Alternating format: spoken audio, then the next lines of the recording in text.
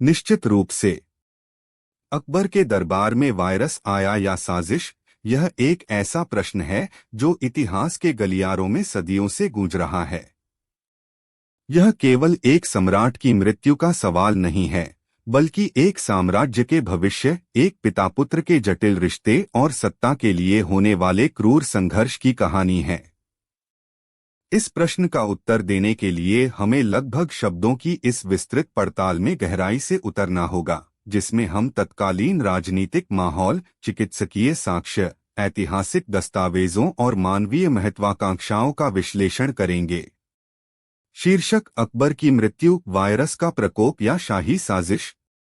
एक विस्तृत ऐतिहासिक पड़ताल। भूमिका: एक युग का अंत। 1605 का वर्ष। हिंदुस्तान की धरती पर मुगल साम्राज्य का परचम अपने शिखर पर था। सम्राट जलालुद्दीन मुहम्मद अकबर, जिसने आधी सदी तक विशाल भूभाग पर न केवल शासन किया था, बल्कि उसे एक सांस्कृतिक, प्रशासनिक और सहिष्णुता की नई परिभाषा दी थी, अब अपने जीवन के अंतिम पड़ाव पर था। उसकी उम्र 63 वर्ष हो चुकी थी, एक ऐसा पड़ाव जहां शरीर थकने लगता है, लेकिन उसका दिमाग अभी भी साम्राज्य की जटिलताओं में उलझा हुआ था। सितंबर 1605 में फतेहपुर सीकरी के भव्य महलों में एक खबर आग की तरह फैली: शहंशाह हिंद बीमार हैं। शुरुआत में इसे एक सामान्य पेट की गड़बड़ी माना गया, लेकिन दिन बीतते बीतते यह स्पष्ट हो गया कि यह कोई मामूली बीमारी नहीं थी।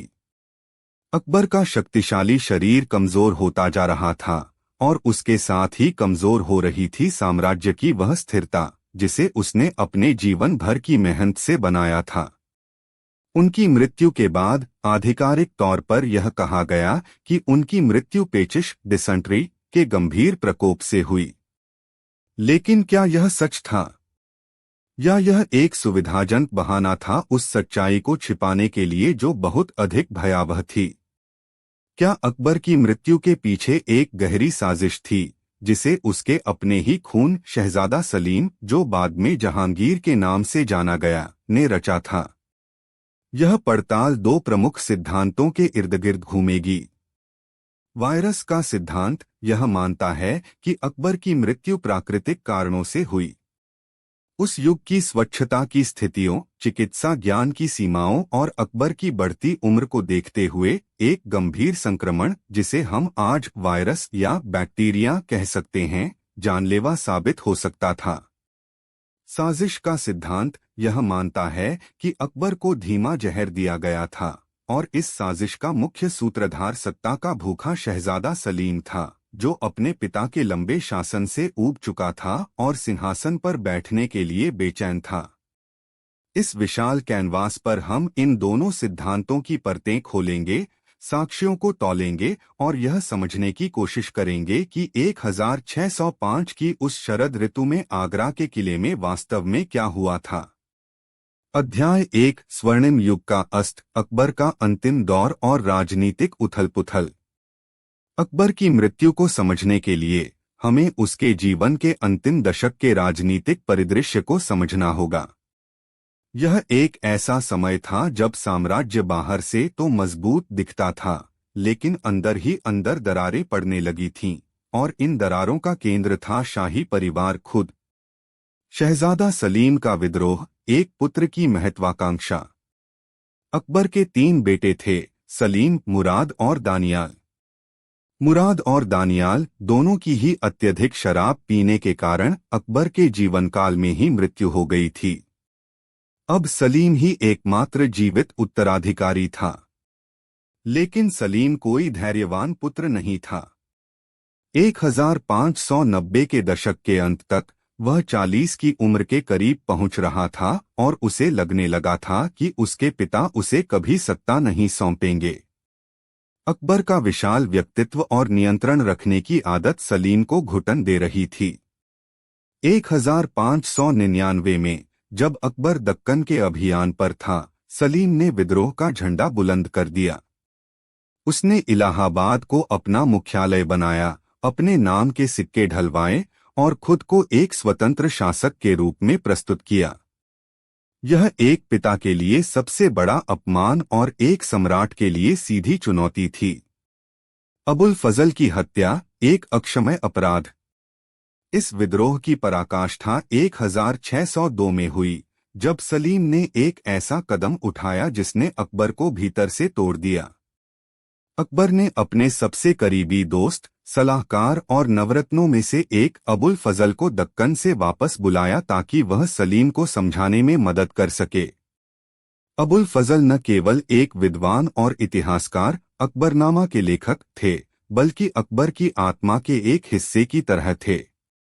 सलीम जानता था कि अबुल फजल उसके और सिंहासन के बीच एक बड़ी बाधा है। उसने ओरछा के राजा बीर सिंह देव को सुपारी देकर अबुल फजल की हत्या करवा दी। जब अबुल फजल का कटा हुआ सिर सलीम के सामने पेश किया गया तो उसने अपनी जीत का जश्न मनाया। लेकिन जब यह खबर अकबर तक पहुंची तो वह कई दिनों तक शोक में डूबा रहा। कहा जाता है कि वह फूट फूट कर रोया और उसने कहा, अगर शहजादा सल्तनत ही चाहता था तो उसे मेरी जान ले लेनी चाहिए थी, मेरे दोस्त को क्यों मारा। इस घटना ने पिता पुत्र के रिश्ते में एक ऐसी खाई बना दी जिसे भरना लगभग असंभव था। हालांकि बाद में अकबर की सौतेली मां और कुछ अन्य महिलाओं के हस्तक्षेप से एक अस्थायी सुलह हो गई, लेकिन विश्वास हमेशा के लिए टूट चुका था। अकबर अब सलीम को संदेह की नजर से देखता था और सलीम जानता था कि उसके पिता का भरोसा उस पर से उठ चुका है। खुसरो का उदय एक नया सत्ता का केंद्र। इसी उथल पुथल के बीच दरबार में एक और शक्ति केंद्र उभर रहा था, सलीम का अपना बेटा शहजादा खुसरो। खुसरो एक आकर्षक, विनम्र और लोकप्रिय राजकुमार था और उसके गुण उसे अपने गुस्सैल और शराबी पिता सलीम से बिल्कुल अलग बनाते थे। अकबर भी खुसरो को बहुत पसंद करता था। खुसरो को दरबार के दो सबसे शक्तिशाली अमीरों का समर्थन प्राप्त था। राजा मान सिंह आमेर के राजा, अकबर के सबसे भरोसेमंद सेनापति और खुसरो के मामा मिर्जा अजीज कोका, अकबर के दूध भाई, फॉस्टर ब्रदर और एक अत्यंत प्रभावशाली अमीर जिसकी बेटी की शादी खुसरो से हुई थी। यह गुट चाहता था कि अकबर के बाद सलीम को दरकिनार कर सीधे खुसरो को बादशाह बनाया जाए। वे सलीम के विद्रोही स्वभाव और उसकी अस्थिरता से डरते थे। इस गुट की सक्रियता ने सलीम के मन में यह डर पैदा कर दिया कि उसे उसके ही बेटे के पक्ष में उत्तराधिकार से वंचित किया जा सकता है। इस प्रकार अकबर के अंतिम दिनों का दरबार 3 हिस्सों में बंटा हुआ था।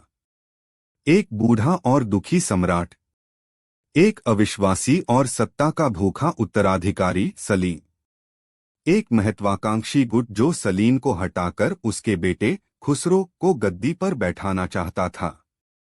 यह माहौल किसी भी साजिश के पनपने के लिए बिल्कुल उपयुक्त था। हर कोई एक दूसरे पर शक कर रहा था और सम्राट की हर सांस पर पूरे साम्राज्य का भविष्य टिका हुआ था। अध्याय 2, वायरस का पक्ष, एक चिकित्सकीय दृष्टिकोण। अब हम पहले सिद्धांत की ओर बढ़ते हैं कि अकबर की मृत्यु एक गंभीर बीमारी से हुई थी, जिसे हम आधुनिक शब्दावली में एक वायरल या बैक्टीरियल संक्रमण कह सकते हैं। इस सिद्धांत के पक्ष में कई मजबूत हैं। लक्षणों का विश्लेषण। ऐतिहासिक वृत्तांत, विशेष रूप से जेसुइट पादरियों जो उस समय आगरा में मौजूद थे, और कुछ मुगल इतिहासकारों के लेखन से हमें अकबर की बीमारी के लक्षणों का पता चलता है। मुख्य लक्षण थे: अतिसार, डायरिया लगातार और गंभीर दस्त, पेचिश, डिसेंट्री दस्त के साथ खून का आना, जो एक गंभीर आंतों के संक्रमण का संकेत है।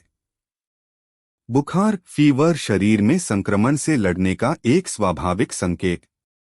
पेट में सीवियर एब्डोमिनल पेन, आंतों में सूजन और ऐंठन के कारण। भूख न लगना और कमजोरी, शरीर के पोषक तत्वों को खोने और बीमारी से लड़ने के कारण। आधुनिक चिकित्सा की दृष्टि से ये लक्षण अमीबिक पेचिश, अमीबिक डिसेंट्री, शिगेलोसिस या हैजा, कॉलरा, जैसे गंभीर जठरांत्र गैस्ट्रोइंटेस्टिनल संक्रमणों से पूरी तरह मेल खाते हैं। ये बीमारियां दूषित भोजन या पानी से फैलती हैं। उस युग की परिस्थितियां। 17वीं सदी की शुरुआत में स्वच्छता और स्वास्थ्य की समझ आज से बहुत अलग थी। जल स्रोत, पीने के पानी के स्रोत जैसे कुएं और नदियां अक्सर मानव और पशु अपशिष्ट से दूषित हो जाते थे। यमुना नदी, जिसके किनारे आगरा का किला स्थित है, आज की तरह तब भी प्रदूषण से मुक्त नहीं थी। खाद्य सुरक्षा, भोजन को संरक्षित करने और उसे कीटाणुओं से मुक्त रखने के तरीके सीमित थे। शाही रसोई में स्वच्छता का ध्यान रखा जाता था, लेकिन एक छोटी सी चूक भी संक्रमण का कारण बन सकती थी। चिकित्सा ज्ञान का अभाव। उस समय के हकीम और वैद्य अपने क्षेत्र के विशेषज्ञ थे, लेकिन उन्हें कीटाणु सिद्धांत जर्म थ्योरी का कोई ज्ञान नहीं था। वे यह नहीं जानते थे कि बीमारियां सूक्ष्म जीवों के कारण होती हैं।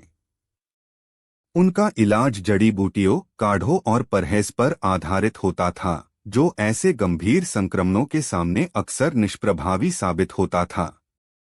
हकीमों का इलाज और अकबर का असहयोग। कहा जाता है कि अकबर के प्रमुख हकीम हकीम अली गिलानी एक बहुत ही काबिल चिकित्सक थे। उन्होंने बीमारी का निदान किया और इलाज शुरू किया।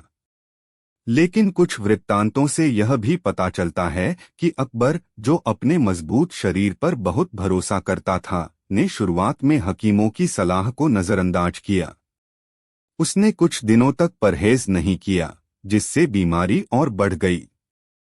जब स्थिति गंभीर हो गई तो हकीमों ने हर संभव प्रयास किया, लेकिन उनके पास एंटीबायोटिक्स या अंतःशिरा तरल पदार्थ फोर फ्लूइड्स जैसी आधुनिक दवाएं नहीं थीं, जो पेचिश से होने वाले निर्जलीकरण, डिहाइड्रेशन और इलेक्ट्रोलाइट असंतुलन को रोक सकती थीं। पेचिश में मृत्यु का मुख्य कारण अक्सर यही होता है। आयु और मानसिक तनाव। अकबर 63 वर्ष का था। आज यह उम्र बहुत अधिक नहीं लगती, लेकिन उस युग में यह एक लंबी आयु थी। बढ़ती उम्र के साथ शरीर की प्रतिरक्षा प्रणाली स्वाभाविक रूप से कमजोर हो जाती है। इसके अलावा अकबर अपने जीवन के सबसे तनावपूर्ण दौर से गुजर रहा था। सलीम का विद्रोह, अबुल फजल की हत्या और खुसरो को लेकर चल रही दरबार की राजनीति ने उसे मानसिक रूप से तोड़ दिया था। यह सर्वविदित है कि अत्यधिक तनाव और दुहक शरीर की बीमारियों से लड़ने की क्षमता को कम कर देते हैं। एक कमजोर प्रतिरक्षा प्रणाली पर एक गंभीर संक्रमण का हमला घातक साबित हो सकता है। निष्कर्ष, वायरस सिद्धांत। इन सभी तथ्यों को एक साथ रखकर देखें तो यह निष्कर्ष निकालना बहुत तर्कसंगत लगता है कि अकबर की मृत्यु एक प्राकृतिक, यद्यपि गंभीर, बीमारी से हुई थी। दूषित भोजन या पानी से हुआ एक जीवाणु संक्रमण, अकबर की बढ़ती उम्र, कमजोर प्रतिरक्षा प्रणाली और तत्कालीन चिकित्सा की सीमाओं के कारण घातक हो गया। यह एक दुखद लेकिन उस युग के लिए एक बहुत ही सामान्य अंत था।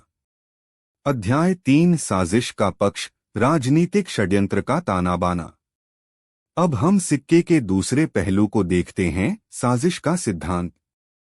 यह सिद्धांत भले ही प्रत्यक्ष प्रमाणों पर कम, लेकिन परिस्थितियों और मंशा पर अधिक आधारित है, और यही इसे इतना आकर्षक और भयावह बनाता है। मुख्य संदिग्ध, शहजादा सलीम। इस साजिश के केंद्र में अगर कोई एक व्यक्ति है तो वह है शहजादा सलीम।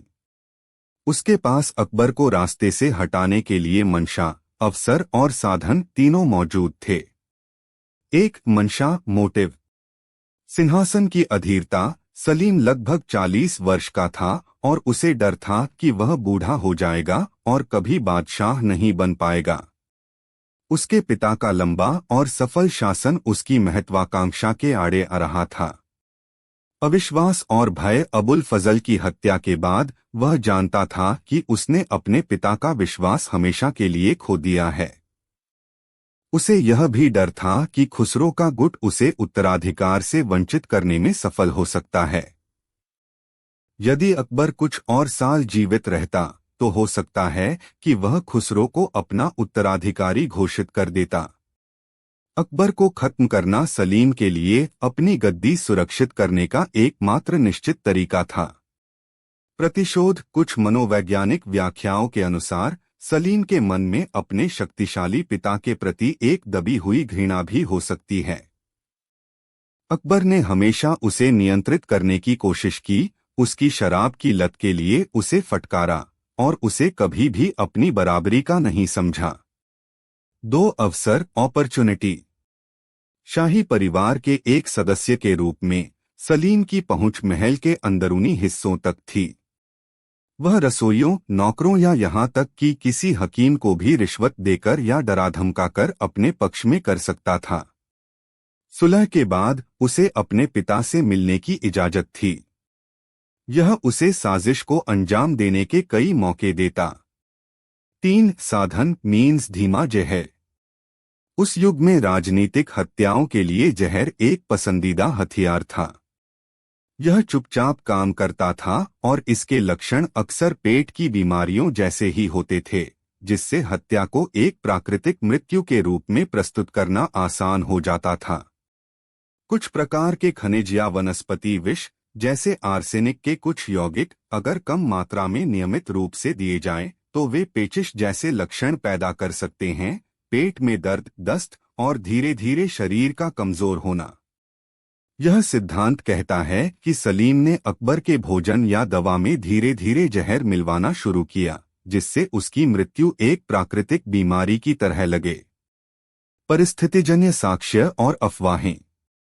जेसुइट पादरियों के लेख, फादर जेरोम जेवियर और फादर पिन्हेरो जैसे जेसुइट पादरी जो आगरा में मौजूद थे, ने अपने पत्रों में दरबार की साजिशों का विस्तार से वर्णन किया है। उन्होंने लिखा है कि अकबर की बीमारी के दौरान यह अफवाह बहुत प्रबल थी कि उसे जहर दिया गया है। हालांकि उन्होंने इसे एक तथ्य के रूप में नहीं लिखा, लेकिन इस अफवाह का मौजूद होना ही अपने आप में एक महत्वपूर्ण सुराग है। सलीम का व्यवहार। अकबर की बीमारी के अंतिम दिनों में सलीम और खुसरो के गुटों के बीच तनाव चरम पर था। एक समय तो सलीम को महल में प्रवेश करने से भी डर लग रहा था, क्योंकि उसे अपनी हत्या का भय था। अकबर की मृत्यु के तुरंत बाद सलीम ने बहुत तेजी से सत्ता पर अपनी पकड़ बनाई। उसका यह व्यवहार एक ऐसे व्यक्ति का लगता है जो लंबे समय से इसकी तैयारी कर रहा था। एक कहानी, पान का बीड़ा, एक कहानी जिसकी ऐतिहासिक प्रामाणिकता संदिग्ध है, यह कहती है कि अकबर ने सलीम द्वारा दिए गए एक जहरीले पान के बीड़े को गलती से खुद खा लिया था। एक और संस्करण यह कहता है कि अकबर ने 2 लड्डू तैयार करवाए, एक में जहर और एक बिना जहर के। उसने सलीम को चुनने के लिए कहा, लेकिन सलीम ने चालाकी से लड्डू बदल दिए और अकबर ने जहरीला लड्डू खा लिया। ये कहानियां लोक कथाएं हो सकती हैं, लेकिन वे उस गहरे अविश्वास को दर्शाती हैं जो पिता पुत्र के बीच मौजूद था। खुसरो के गुट की भूमिका। क्या खुसरो का गुट भी साजिश में शामिल हो सकता था? यह संभावना कम है। उनकी शक्ति अकबर के जीवित रहने पर निर्भर करती थी। वे चाहते थे कि अकबर जिए और खुसरो को अपना उत्तराधिकारी घोषित करे। अकबर की अचानक मृत्यु उनके लिए एक आपदा थी, क्योंकि इसने सीधे सीधे सलीम के लिए रास्ता साफ कर दिया, जो उनका सबसे बड़ा दुश्मन था। वास्तव में जहांगीर ने बादशाह बनने के बाद खुसरो को अंधा करवा दिया और राजा मान सिंह और मिर्जा अजीज कोका को हाशिए पर धकेल दिया, जो इस बात का सबूत है कि वे सलीम के खिलाफ थे। निष्कर्ष। साजिश सिद्धांत। साजिश के सिद्धांत के पक्ष में कोई ठोस अकाट्य प्रमाण नहीं है, न कोई कबूलनामा, न कोई पकड़ा गया साजिशकर्ता। लेकिन मंशा इतनी प्रबल है और परिस्थितियां इतनी संदिग्ध हैं कि इसे पूरी तरह से खारिज नहीं किया जा सकता। सलीम का पिछला रिकॉर्ड, अबुल फजल की हत्या, दिखाता है कि वह अपने रास्ते के कांटों को हटाने के लिए किसी भी हद तक जा सकता था। अकबर की मृत्यु से सबसे ज्यादा फायदा उसी को हुआ। इसलिए यह सिद्धांत आज भी इतिहासकारों और पाठकों को आकर्षित करता है। अध्याय 4 ऐतिहासिक साक्ष्यों का टकराव, कौन सच बोल रहा है। सच्चाई तक पहुंचने की राह में सबसे बड़ी बाधा हमारे पास मौजूद ऐतिहासिक स्रोतों की प्रकृति है। हर लेखक का अपना एक एजेंडा था और वे घटनाओं को उसी चश्मे से देख रहे थे। एक आधिकारिक मुगल इतिहासकार अकबरनामा, इसे अबुल फजल ने लिखा था, लेकिन इसे अकबर की मृत्यु के बाद इनायतुल्लाह जैसे अन्य लोगों ने पूरा किया। यह एक आधिकारिक दरबारी इतिहास है। इसमें अकबर को एक आदर्श शासक के रूप में प्रस्तुत किया गया है। यह उम्मीद करना व्यर्थ है कि इसमें जहर जैसी किसी बात का उल्लेख होगा। यह साम्राज्य की छवि को धूमिल करता। इसलिए इसमें मृत्यु का कारण बीमारी ही बताया गया है। तुजुक-ए जहांगीरी, जहांगीर के संस्मरण, यह जहांगीर की आत्मकथा है। क्या कोई बेटा जो अब बादशाह बन चुका है अपनी आत्मकथा में यह स्वीकार करेगा कि उसने अपने पिता की हत्या की है? कभी नहीं। इसके विपरीत जहांगीर खुद को एक दुखी और आज्ञाकारी पुत्र के रूप में प्रस्तुत करता है। वह लिखता है कि कैसे वह अपने पिता के बिस्तर के पास बैठा, कैसे अकबर ने अपनी पगड़ी उतारकर उसके सिर पर रखी जो उत्तराधिकार का प्रतीक था, और कैसे उसने अपने पिता को शांति से अंतिम विदा दी। यह एक आदर्श तस्वीर है जो शायद सच्चाई से कोसों दूर हो। यह एक राजनीतिक दस्तावेज है जिसका उद्देश्य जहांगीर के शासन को वैधता प्रदान करना है। 2 यूरोपीय यात्री और जेसुइट पादरी। ये स्रोत अधिक निष्पक्ष माने जा सकते हैं क्योंकि वे मुगल दरबार की आंतरिक राजनीति का हिस्सा नहीं थे। जेसुइट पादरियों ने स्पष्ट रूप से जहर की अफवाह का उल्लेख किया है। उन्होंने दरबार में सलीम और खुसरो के गुटों के बीच के तीव्र संघर्ष को अपनी आंखों से देखा था। उन्होंने लिखा कि कैसे अकबर की मृत्यु के बाद महल एक किले में तब्दील हो गया था और दोनों पक्ष सशस्त्र संघर्ष के लिए तैयार थे। उनका लेखन इस बात की पुष्टि करता है कि माहौल साजिश के लिए बिल्कुल उपयुक्त था और लोगों को इस पर विश्वास भी था।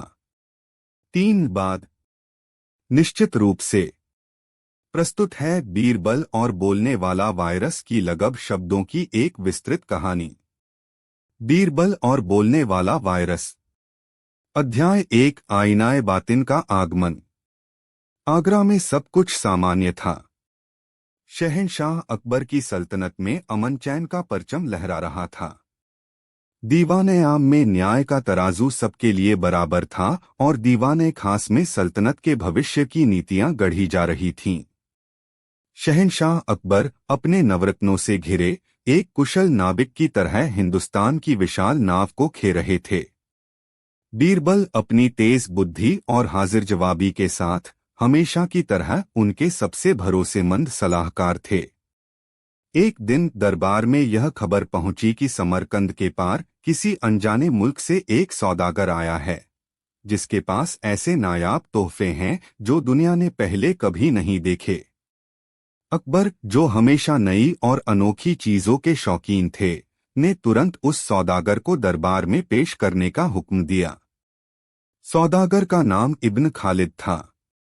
वह एक लंबा, रौबदार व्यक्ति था जिसकी आंखों में यात्राओं की थकान और ज्ञान की गहराई दोनों थी। उसने शहंशाह को अदब से सलाम किया और अपने सेवकों को अपना सामान पेश करने का इशारा किया।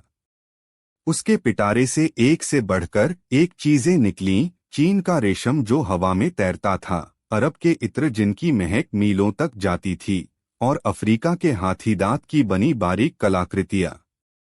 लेकिन जिस चीज ने शहंशाह का ध्यान सबसे ज्यादा खींचा वह आखिर में निकाली गई। वह एक बड़ा गोल आईना था। उसका फ्रेम शुद्ध चांदी का बना था जिस पर नीलम और फिरोजा जड़े हुए थे। लेकिन आईने की खासियत उसका शीशा था। वह आम शीशे की तरह नहीं था, बल्कि किसी गहरे शांत पानी की तरह था, जिसमें देखने पर चेहरा तो दिखता था पर साथ ही एक अजीब सी गहराई का एहसास होता था। आलमपनाह इब्न खालिद ने रहस्यमय आवाज में कहा, यह कोई आम आईना नहीं है।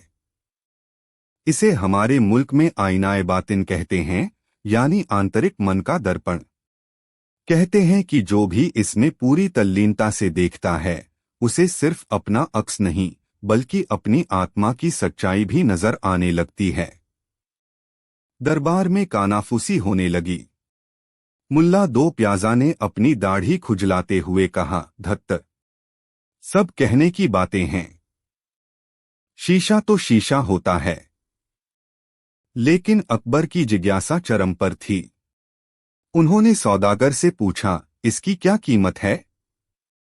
शहंशाहिंद के लिए यह नाचीज तोहफा है, सौदागर ने कहा, लेकिन उसकी आंखों ने बता दिया कि वह एक बड़ी कीमत की उम्मीद कर रहा है।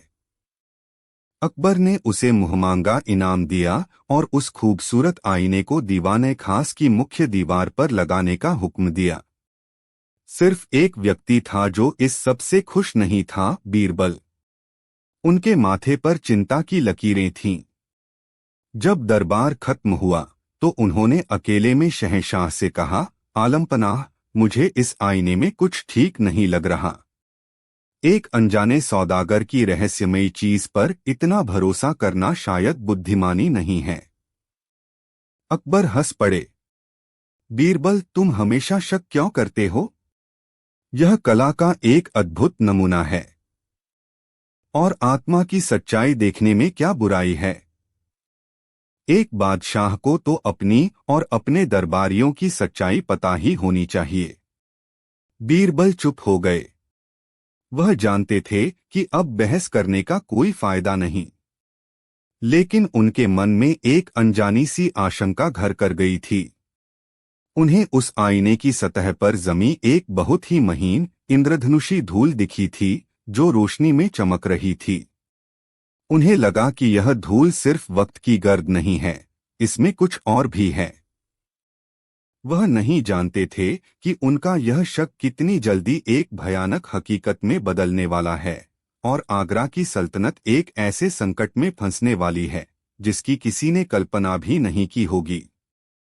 अध्याय 2, सच का पहला विस्फोट। आईनाए बातिन को दीवाने खास की दीवार पर पूरी शान से लगा दिया गया। उसकी खूबसूरती हर देखने वाले को मंत्रमुग्ध कर रही थी। दरबारी उसके पास जाकर अपना अक्स देखते और उसकी कारीगरी की तारीफ करते। अगले दिन दीवाने खास में एक अहम बैठक चल रही थी। राजा टोडरमल जमीन के लगान से जुड़े कुछ जटिल आंकड़े पेश कर रहे थे। माहौल बेहद गंभीर था। सभी मंत्री और नवरत्न पूरी तल्लीनता से सुन रहे थे। बैठक के बीच में एक मंत्री, इनायत खान, जो अपनी चापलूसी और मीठी जबान के लिए मशहूर थे, अपनी जगह से उठे। उन्होंने आईने में अपना अक्स संवारा और फिर मुल्ला दो प्याजा की तरफ देखकर मुस्कुराए। सबने सोचा कि वह हमेशा की तरह मुल्ला की तारीफ में कुछ कहेंगे, लेकिन जो हुआ उसने सबको हैरान कर दिया।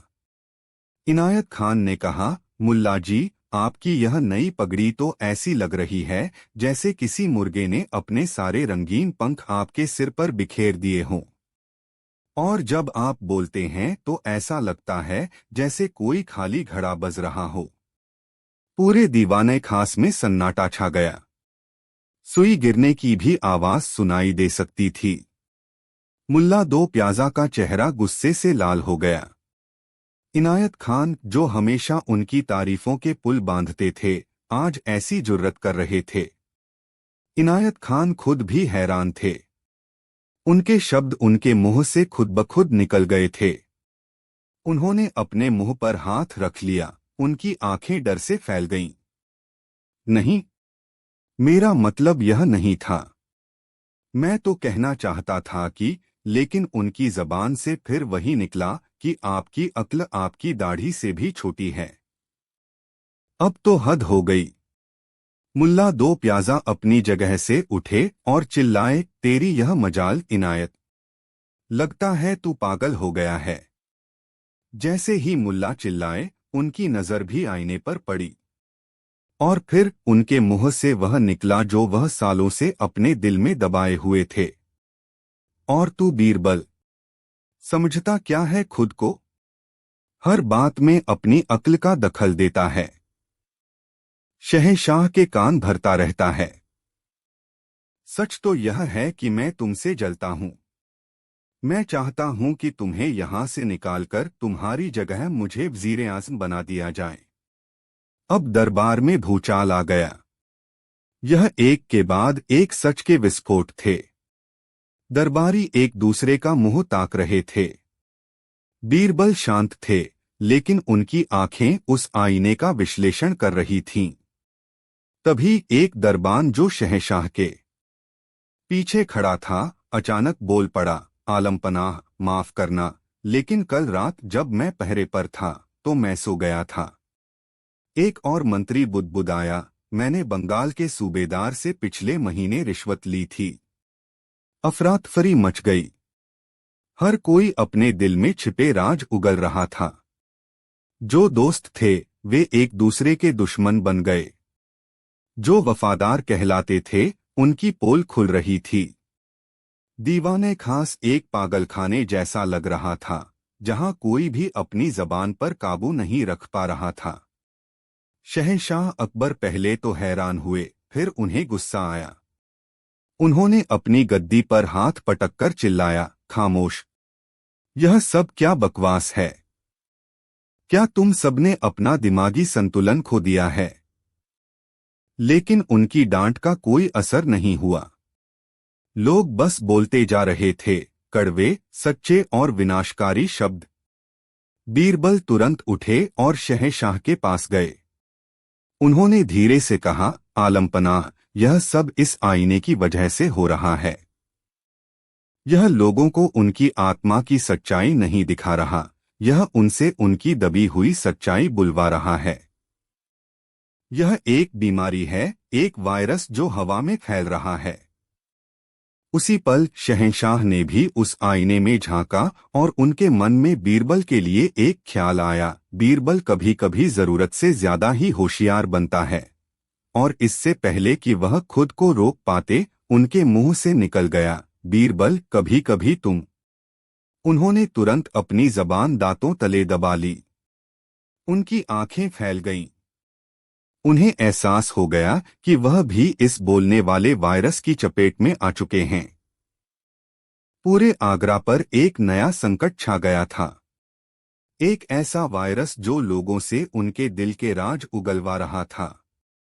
और इसकी शुरुआत सल्तनत के सबसे ताकतवर कमरे, दीवाने खास से हो चुकी थी। अध्याय 3, खामोश शहंशाह और बिखरता शहर। अगली सुबह आगरा एक बदले हुए शहर में जागा। बोलने वाले वायरस का असर दीवाने खास से निकलकर पूरे किले और फिर शहर की गलियों तक पहुंच चुका था। बाजारों में हाहाकार मचा हुआ था। एक ग्राहक ने सब्जी वाले से कहा, तुम हमेशा सड़ी हुई सब्जियां नीचे छिपा देते हो और ऊपर अच्छी वाली रखकर हमें लूटते हो। सब्जी वाला भी पलटकर बोला, और तुम हमेशा पैसे कम देकर भागने की फिराक में रहते हो, कंजूस कहीं के। घरों में लड़ाइयां हो रही थीं। सास अपनी बहू के मुंह पर कह रही थी कि वह खाना अच्छा नहीं बनाती, और बहू जवाब दे रही थी कि वह हर बात में दखलंदाजी करती है। दोस्त एक दूसरे के सालों पुराने राज खोल रहे थे। समाज का पूरा ताना बाना, जो थोड़ी बहुत चाशनी, झूठ और कूटनीति पर टिका होता है, बिखर रहा था। हर तरफ सिर्फ कड़वा सच था, और यह सच जहर का काम कर रहा था। लेकिन सबसे बड़ी चुनौती शहंशाह अकबर के सामने थी। उन्हें एहसास हो गया था कि अगर उनके मुंह से कोई भी अनियंत्रित बात निकल गई तो उसके परिणाम भयावह हो सकते हैं। अगर उन्होंने किसी पड़ोसी राजा के बारे में अपना सच्चा विचार व्यक्त कर दिया तो जंग छिड़ सकती थी। अगर उन्होंने किसी सूबेदार की नाकामी के बारे में कुछ कह दिया तो विद्रोह हो सकता था। एक शहंशाह का हर शब्द कानून होता है, और अब उनका कोई भी शब्द उनका अपना नहीं था। एक भारी मन के साथ अकबर ने एक अभूतपूर्व फैसला लिया। उन्होंने मौन व्रत धारण कर लिया। हिंदुस्तान का शहंशाह, जो अपनी बुलंद आवाज और प्रखर भाषणों के लिए जाना जाता था, अब खामोश हो गया था। वह इशारों में या लिखकर बात करने लगे। सल्तनत का मुखिया गूंगा हो गया था और यह सल्तनत के लिए एक भयानक स्थिति थी। बीरबल पर अब दोहरी जिम्मेदारी आ गई थी। उन्हें न केवल इस वायरस का इलाज ढूंढना था, बल्कि शहंशाह की खामोशी में सल्तनत का कामकाज भी चलाना था। उन्होंने सबसे पहला काम यह किया कि उस आईनाए बातिन को एक संदूक में बंद करवाकर एक गहरी तहखाने में रखवा दिया। लेकिन तब तक बहुत देर हो चुकी थी।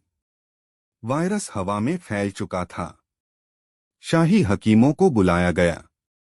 उन्होंने मरीजों की जांच की, लेकिन उन्हें कोई शारीरिक बीमारी नहीं मिली। हकीम अली गिलानी ने कहा, यह कोई जिस्मानी मर्ज नहीं, रूहानी आफत है। हमारा इल्म यहाँ काम नहीं करेगा। दरबार का हाल बेहाल था। कोई भी बैठक करना असंभव था। मंत्री एक दूसरे पर चिल्लाते, अपनी नाकामियों और साजिशों को खुद ही कबूल करते। मुल्ला दो प्याजा हर किसी को कोसते रहते और लोग पलटकर उन्हें जवाब देते। बीरबल ने एक अस्थायी समाधान निकाला। उन्होंने एक नया नियम लागू किया, दरबार में जब तक कोई लिखित में अर्जी न दे, उसे बोलने की इजाजत नहीं होगी। लेकिन यह भी कारगर नहीं हुआ, क्योंकि लोग लिखते कुछ और थे और उनके मुंह से कुछ और ही निकलता था। सल्तनत एक अजीब से पक्षाघात का शिकार हो गई थी। शहंशाह खामोश थे और प्रजा सच बोल बोलकर एक दूसरे का गला काटने पर उतारू थी। बीरबल जानते थे कि अगर जल्द ही इसका कोई हल नहीं निकाला गया तो मुगल सल्तनत बाहर के दुश्मनों से नहीं, बल्कि अपने ही लोगों के कड़वे सच से बिखर जाएगी। उनकी सारी उम्मीदें अब उस एक व्यक्ति पर टिकी थीं, इब्न खालिद, वह रहस्यमयी सौदागर जो इस आईने को लाया था। लेकिन वह शहर छोड़कर जा चुका था। बीरबल को अब उसे ढूंढना था। यह एक और भूसे के ढेर में सुई खोजने जैसी मुहिम थी, लेकिन बीरबल के पास कोई और रास्ता नहीं था। एक बार फिर उन्होंने भेष बदला और सल्तनत को बचाने के लिए आगरा की अनजान राहों पर निकल पड़े। अध्याय 4, सुराग की तलाश और एक मठ का रहस्य। बीरबल के लिए यह एक कठिन खोज थी। इब्न खालिद एक हवा के झोंके की तरह आया और चला गया था। बीरबल ने अपनी जांच उन अधिकारियों से शुरू की जिन्होंने सौदागर को शहर में आने की इजाजत दी थी। घंटों की पूछताछ के बाद एक बूढ़े मुंशी ने उन्हें एक अहम सुराग दिया। वज़ीर-ए-आज़म, उसने याद करते हुए कहा, वह सौदागर बड़ा अजीब था। जब मैंने उससे उसके वतन के बारे में पूछा तो उसने कहा कि वह उस जगह से आया है जहां खामोशी को सुरों से साधा जाता है। उसने हिंदुकुश की बर्फीली चोटियों के पार एक छिपे हुए मठ का जिक्र किया था, जिसे मठे खामोशी कहते हैं। खामोशी को सुरों से साधा जाता है, यह वाक्य बीरबल के दिमाग में गूंजने लगा। उन्हें लगा कि इस पहेली की चाबी इसी वाक्य में छिपी है। उन्होंने तुरंत उस दिशा में जाने का फैसला किया। यह एक लंबा और खतरनाक सफर था। बीरबल ने एक पश्तून व्यापारी का भेष धरा और एक छोटे से कारवां में शामिल हो गए जो काबुल की ओर जा रहा था। रास्ते में उन्हें गर्म रेगिस्तान, पथरीली घाटियां और बर्फीले दर्रे पार करने पड़े। हर रात वह आग के किनारे बैठकर सोचते, आगरा में क्या हो रहा होगा, शहंशाह कैसे होंगे। यह चिंता उन्हें सोने नहीं देती थी, लेकिन उन्हें आगे बढ़ने की हिम्मत भी देती थी। कई हफ्तों के सफर के बाद वह हिंदुकुश के पहाड़ी इलाके में पहुंचे। यहाँ उन्होंने स्थानीय लोगों से मठे खामोशी के बारे में पूछना शुरू किया। ज्यादातर लोगों ने ऐसे किसी मठ के बारे में नहीं सुना था। कुछ ने उन्हें पागल समझा, लेकिन बीरबल ने हार नहीं मानी। एक दिन एक गांव में उनकी मुलाकात एक बहुत ही बूढ़े गडरिये से हुई। जब बीरबल ने उससे उस मठ के बारे में पूछा तो बूढ़े की आंखों में एक चमक आ गई। तुम उस जगह को खोज रहे हो जहां हवा भी अदब से चलती है? बूढ़े ने कहा। वह कोई आसान रास्ता नहीं है बेटा। तुम्हें उस बर्फीली चोटी के पीछे जाना होगा जहां बादल जमीन को चूमते हैं। वहां तुम्हें एक संकरा रास्ता मिलेगा जो एक छिपी हुई घाटी की ओर जाता है। उसी घाटी में वह मठ है। वहां के साधु दुनिया से बात नहीं करते, वे खामोशी से बात करते हैं। बीरबल को अपनी मंजिल मिल गई थी। उन्होंने गडरिये का शुक्रिया अदा किया और उस दुर्गम रास्ते पर अकेले ही चल पड़े। रास्ता वाकई बहुत खतरनाक था। एक तरफ हजारों फुट गहरी खाई थी और दूसरी तरफ सीधी चट्टानें। बर्फीली हवाएं हड्डियों तक को कंपा रही थीं। अंततः कई घंटों की चढ़ाई के बाद उन्हें वह छिपी हुई घाटी दिखाई दी। और घाटी के बीचों बीच सफेद बर्फ की चादर पर एक शांत, सुंदर और रहस्यमयी मठ खड़ा था। वहां एक अजीब सी शांति थी, ऐसी शांति जो बीरबल ने अपने जीवन में कभी महसूस नहीं की थी। उन्होंने मठ के विशाल लकड़ी के दरवाजे पर दस्तक दी। कुछ देर बाद दरवाजा खुला और एक युवा साधु बाहर आया। उसने बीरबल को सिर से पांव तक देखा, लेकिन कुछ बोला नहीं। उसने बस हाथ के इशारे से उन्हें अंदर आने को कहा। बीरबल एक ऐसे संसार में प्रवेश कर चुके थे जहां शब्द नहीं, सिर्फ ध्वनियां और शांति का वास था। उन्हें उम्मीद थी कि इसी शांति के गर्भ में उनके अशांत शहर का इलाज छिपा है। अध्याय 5 स्वरे खामोशी का ज्ञान।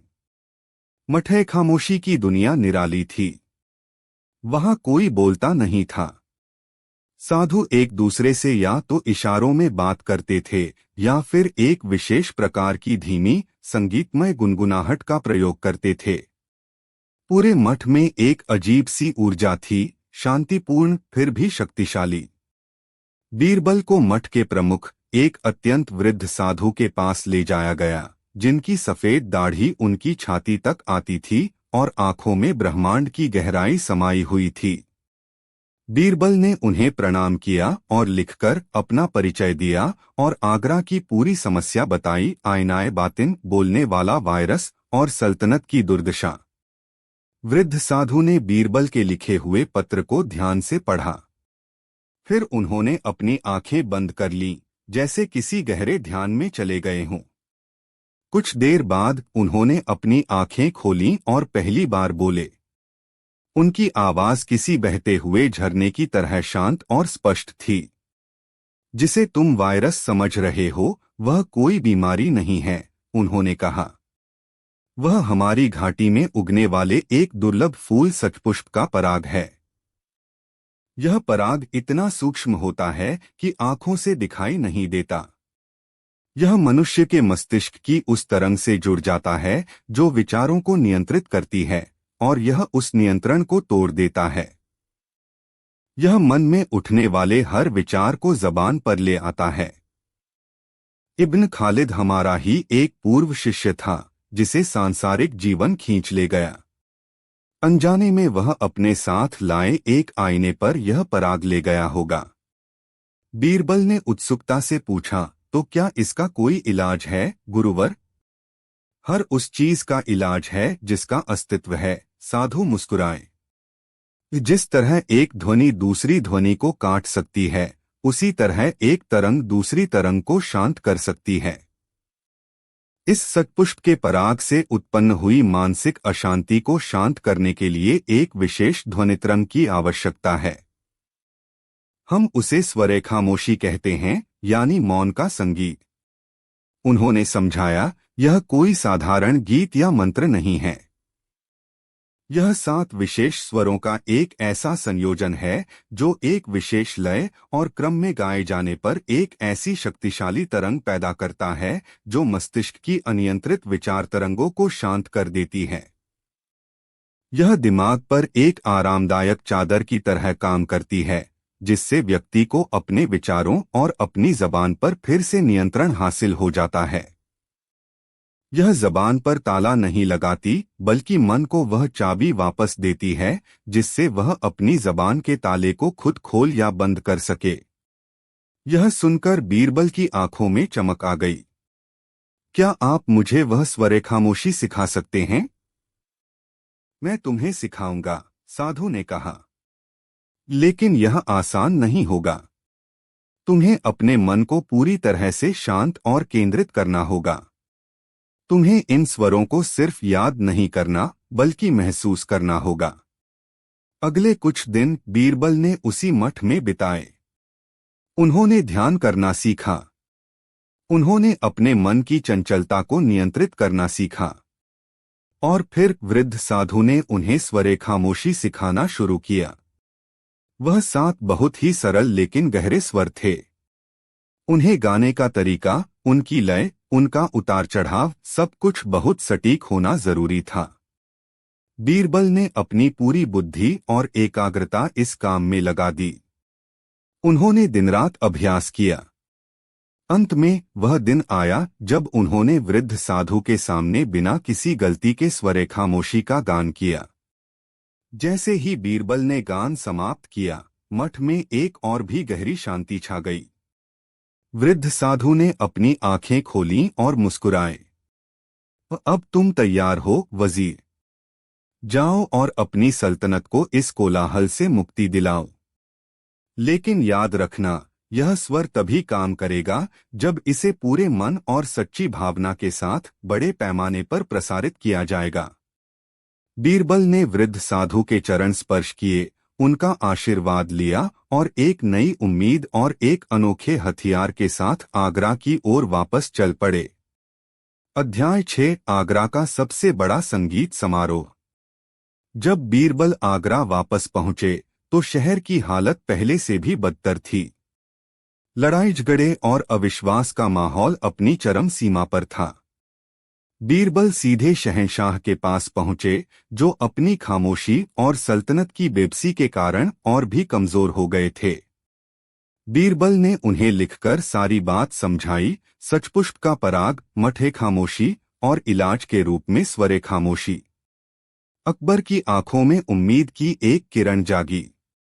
उन्होंने बीरबल को इस योजना को अंजाम देने की पूरी इजाजत दे दी।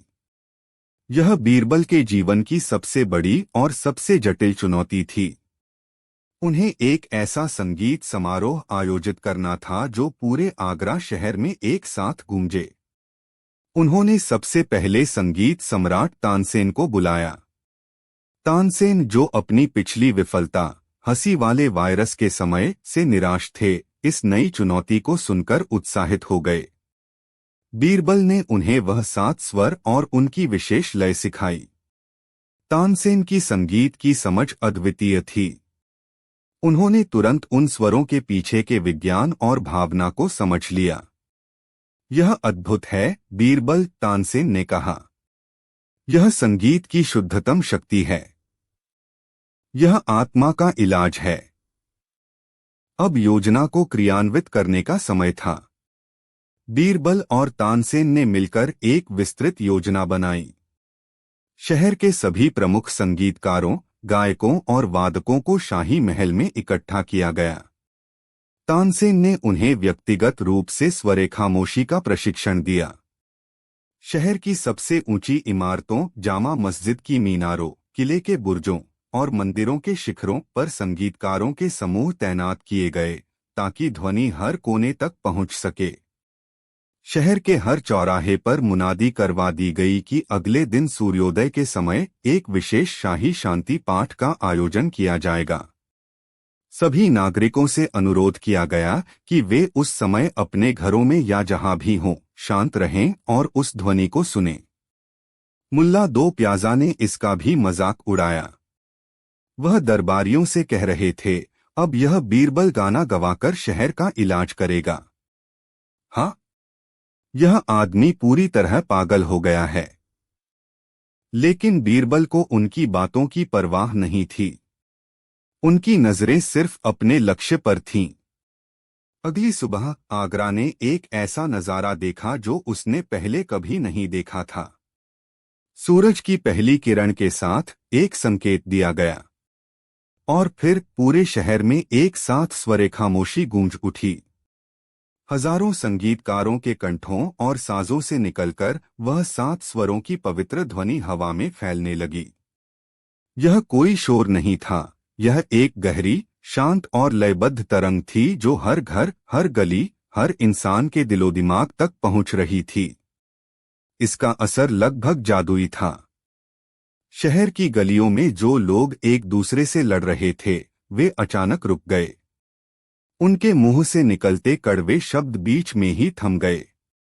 उन्होंने उस शांत संगीत को सुना और उनके चेहरे पर एक अजीब सी शांति छाने लगी। बाजारों में चिल्लाते हुए व्यापारी चुप हो गए। घरों में लड़ती हुई औरतें खामोश हो गईं। लोगों को महसूस हुआ जैसे उनके दिमाग के अंदर का शोर थम गया हो। उन्हें अपनी जबान पर, अपने विचारों पर फिर से नियंत्रण महसूस होने लगा। शहंशाह अकबर अपने ख्वाबगाह की खिड़की पर खड़े यह सब देख और सुन रहे थे। उन्होंने महसूस किया कि उनके अंदर से बोलने की वह अनियंत्रित इच्छा गायब हो गई है। उन्होंने एक गहरी सांस ली। उनके होंठ हिले और कई हफ्तों के बाद उन्होंने अपना पहला नियंत्रित शब्द बोला, बीरबल। यह एक शब्द नहीं था, यह एक विजयनाद था। वह संगीत घंटों तक चलता रहा। जब यह समाप्त हुआ तो आगरा एक नए शहर में बदल चुका था। कोलाहल खत्म हो गया था। अब वहां एक शांति थी, एक समझदारी भरी शांति। बोलने वाला वायरस हार चुका था। अध्याय 7, शब्दों का सच्चा मूल्य।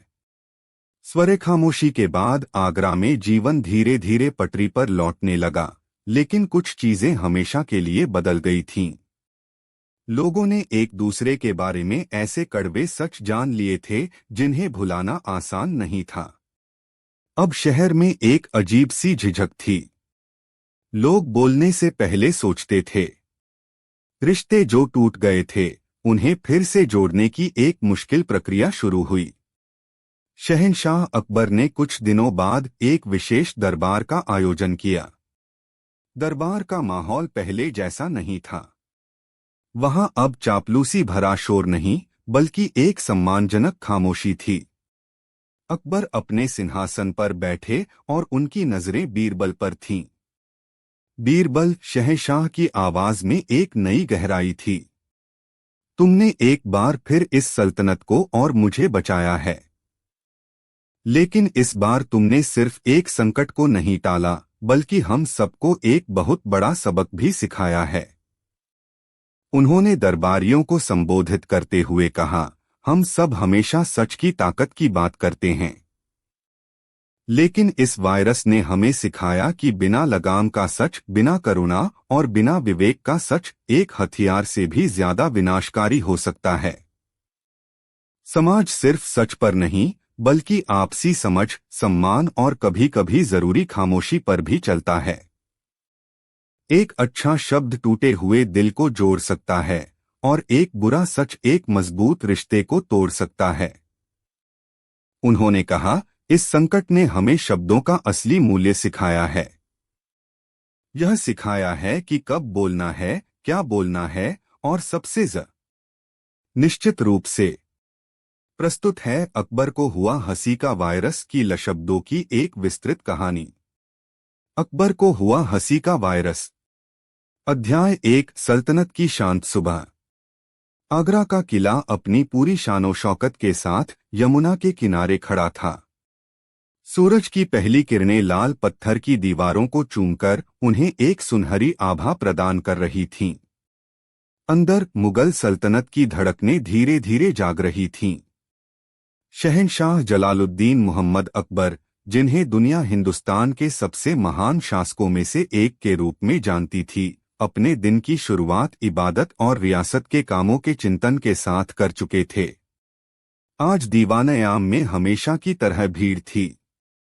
दूरदराज के सूबों से आए फरियादी, दरबारी, मंत्री और जागीरदार सभी शहंशाह के दर्शन और न्याय की उम्मीद में खड़े थे। अकबर अपने भव्य सिंहासन पर विराजमान थे, उनका चेहरा गंभीर और आंखों में एक शासक की पैनी दृष्टि थी। उनके अगल बगल उनके नवरत्न अपनी अपनी जगहों पर बैठे थे। राजा बीरबल अपनी चिरपरिचित मुस्कान और तेज दिमाग के साथ शहंशाह के सबसे करीब थे। तानसेन, अबुल फजल फैजी, राजा मान सिंह, राजा टोडरमल, मुल्ला दो प्याजा, फकीर अजीउद्दीन और अब्दुल रहीम खाने खाना, यह वह मंडली थी जो सल्तनत की बौद्धिक और प्रशासनिक रीढ़ थी। दरबार की कार्यवाही शांतिपूर्ण ढंग से चल रही थी। राजा टोडरमल जमीन की पैमाइश और लगान की नई नीतियों पर एक विस्तृत रिपोर्ट पेश कर रहे थे। उनके आंकड़े जटिल थे और मामला बेहद गंभीर। शहंशाह अकबर पूरी तल्लीनता से सुन रहे थे, बीच बीच में गहरे सवाल पूछ रहे थे। माहौल में एक गहन गंभीरता छाई हुई थी। तभी दरबार के मुख्य द्वार पर एक हलचल हुई। एक दरबान ने आकर अदब से झुककर इत्तिला दी, आलमपनाह, सुदूर हिमालय की कंदराओं से एक फकीर बाबा आपसे मिलने की इजाजत चाहते हैं। उनका कहना है कि उनके पास सल्तनत के लिए एक अनमोल तोहफा है। अकबर को साधु संतों और फकीरों से मिलना हमेशा पसंद था। उन्हें लगता था कि ज्ञान किसी भी रूप में मिल सकता है। उन्होंने इजाजत दे दी। एक लंबा जटाधारी फकीर, जिनकी आंखों में एक अजीब सी चमक थी, धीरे धीरे चलता हुआ सिंहासन के करीब आया। उसके कपड़े साधारण थे, लेकिन उसके चेहरे पर एक अलौकिक तेज था। उसने झुककर सलाम किया और अपनी झोली से एक छोटी क्रिस्टल की शीशी निकाली।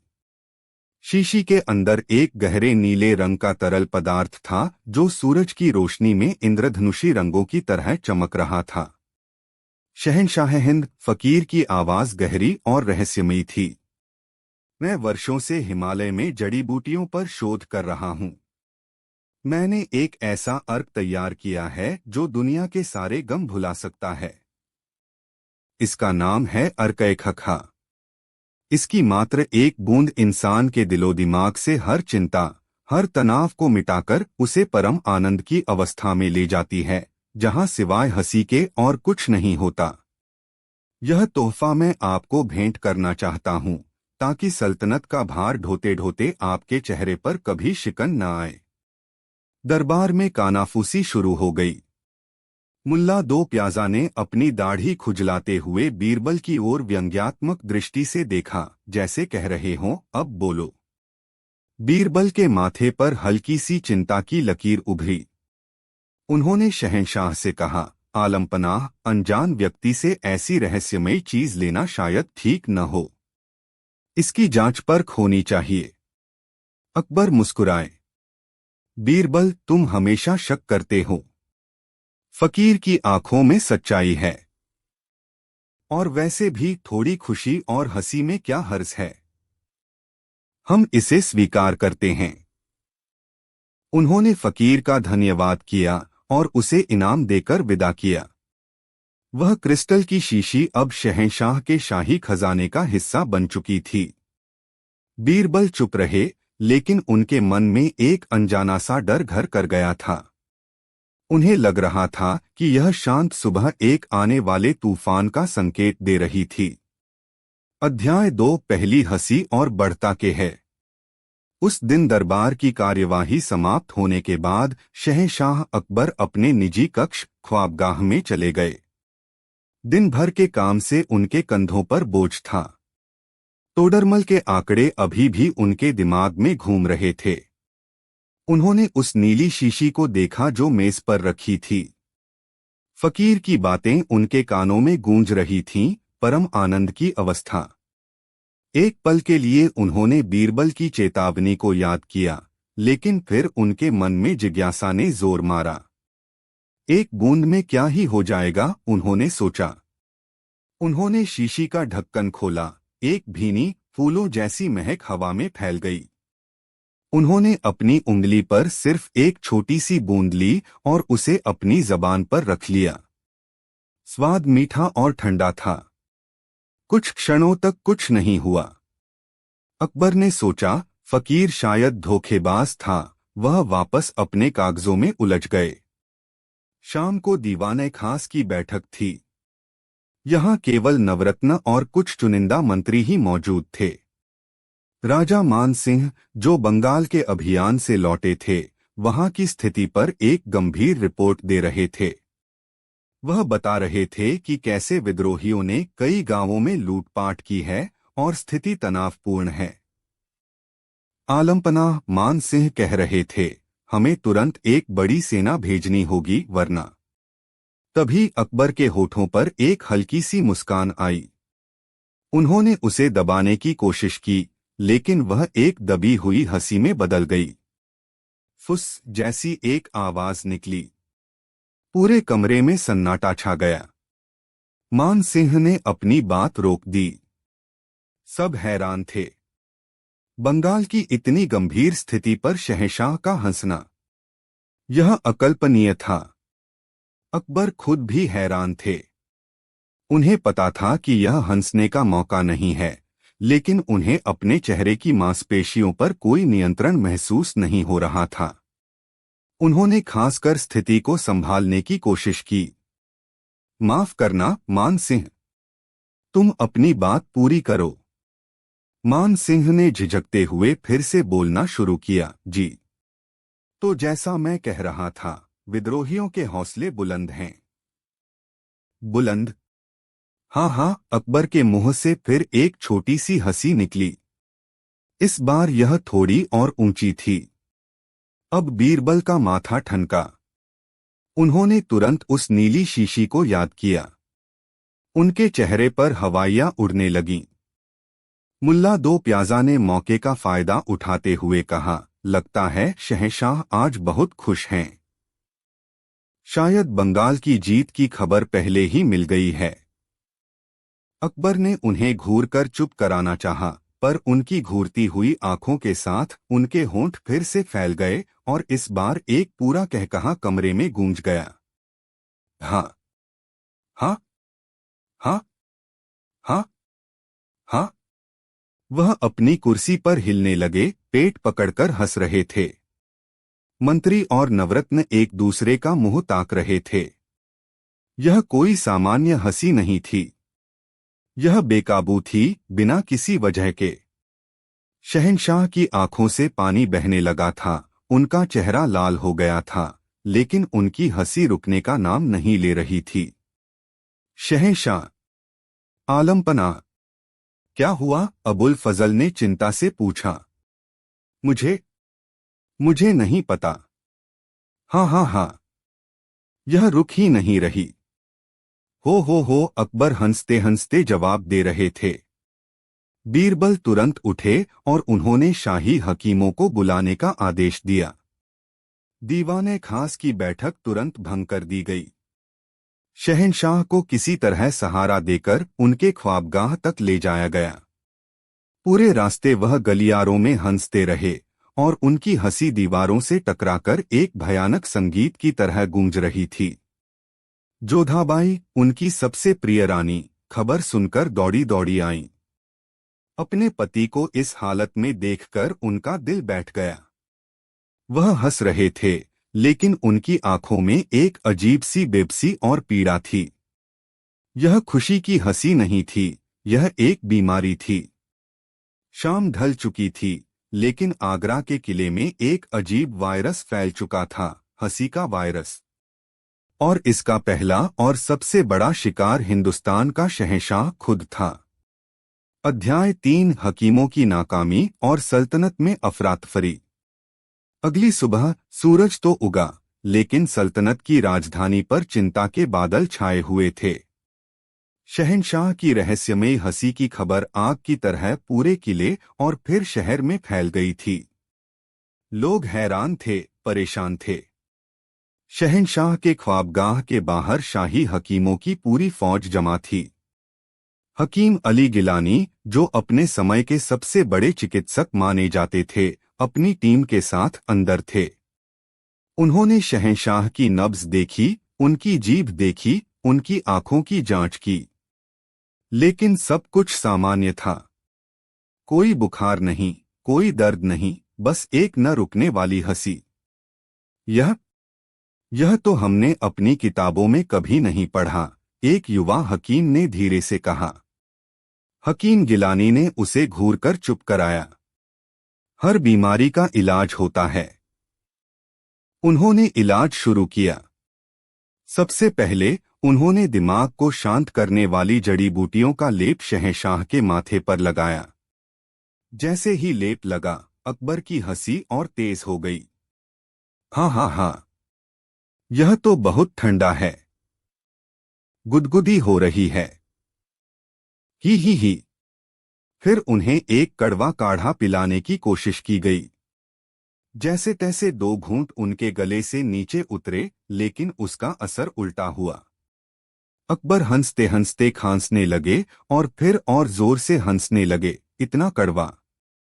हाँ हाँ हाँ, मुंह का स्वाद ही बिगड़ गया। हो।